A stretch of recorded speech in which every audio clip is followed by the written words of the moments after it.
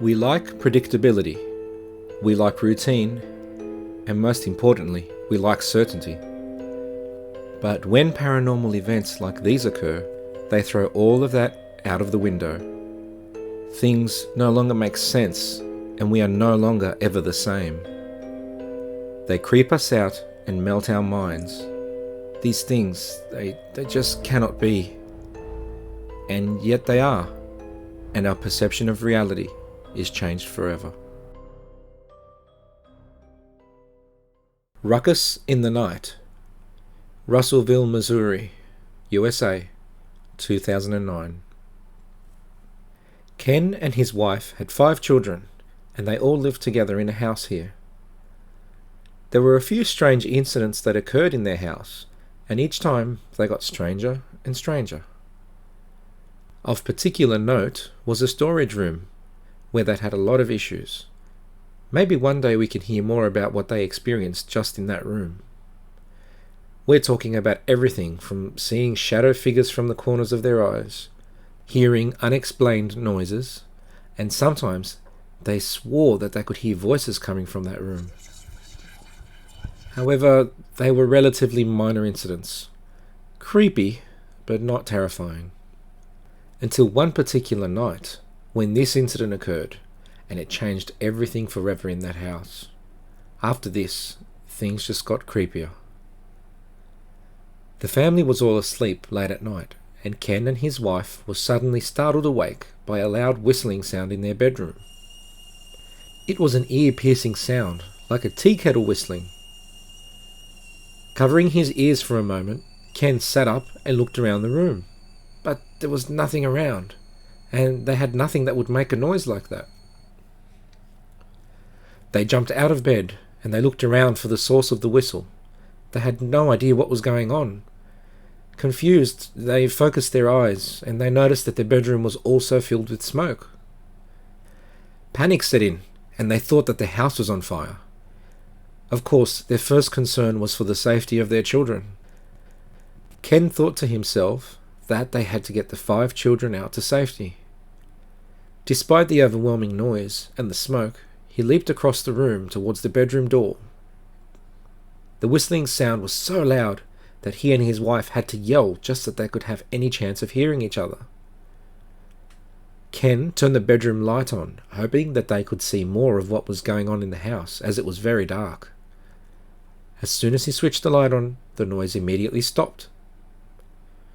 He looked at his wife in shock, and she also looked back at him stunned.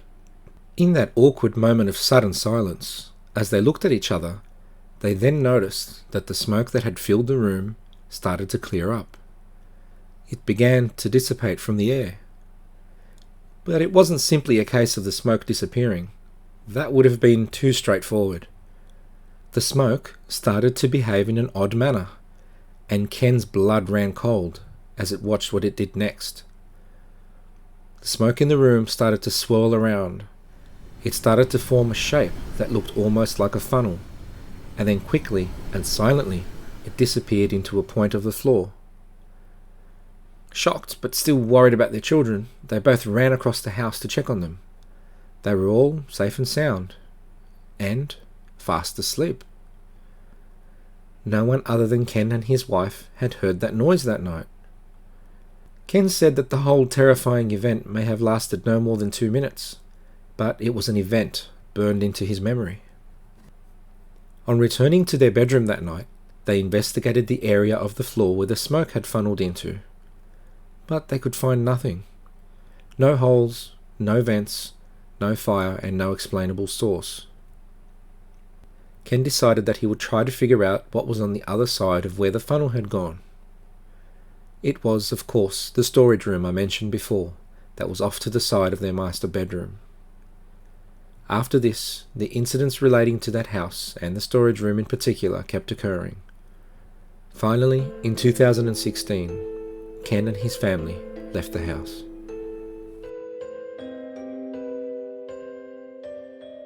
I would love to hear from you all about your own paranormal experiences. Our email details are at the end of the show.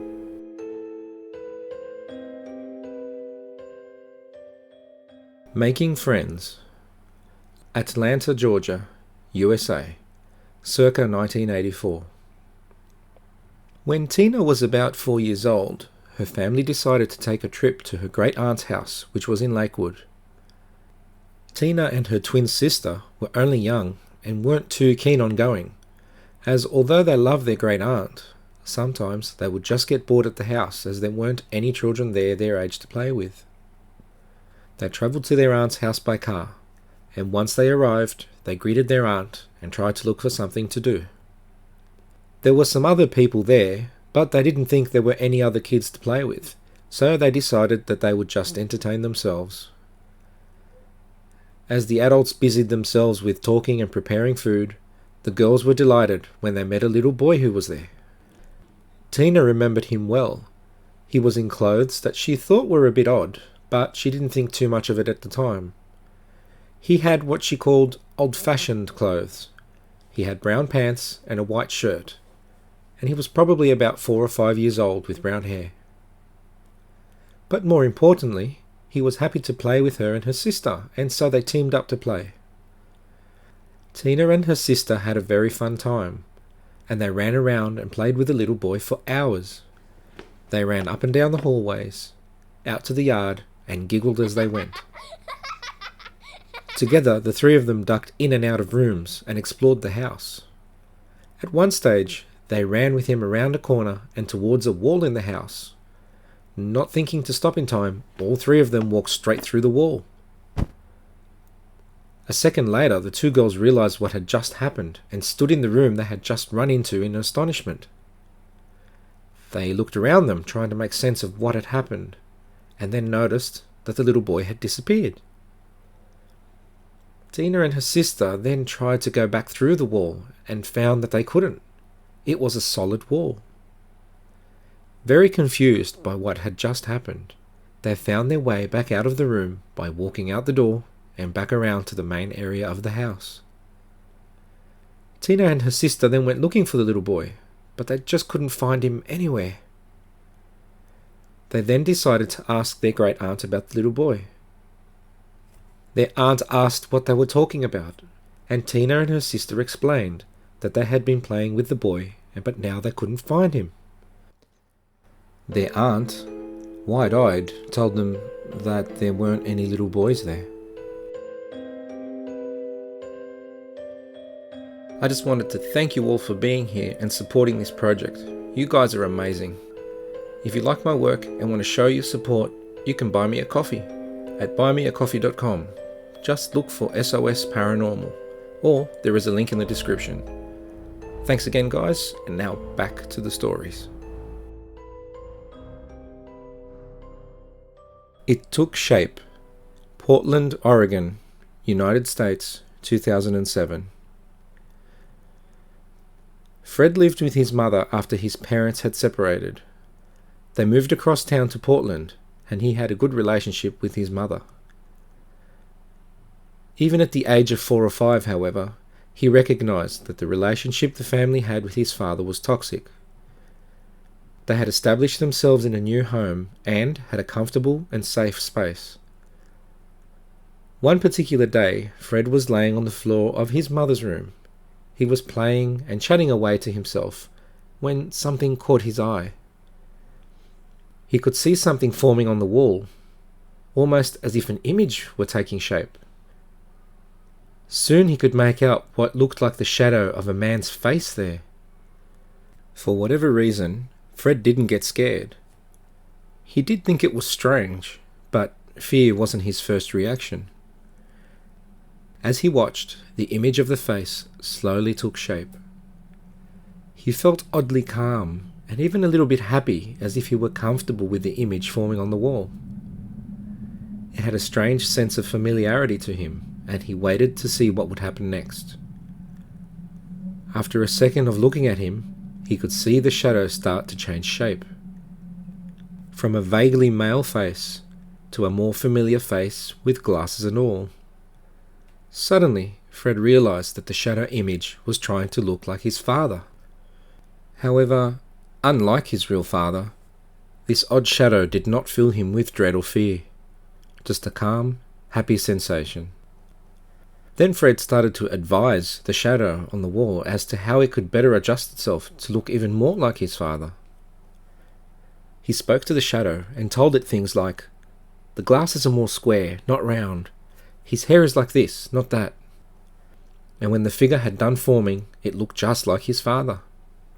In an odd but comfortable silence, Fred stared at the shadow figure, and it seemed to stare back. Then Fred smiled and thanked it, whatever it was, and he lay back down to get some rest. Now, would you have laid down after that experience?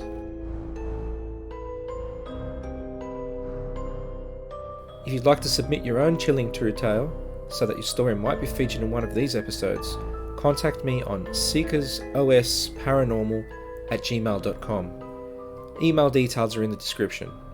Thanks again for joining me. Until next time.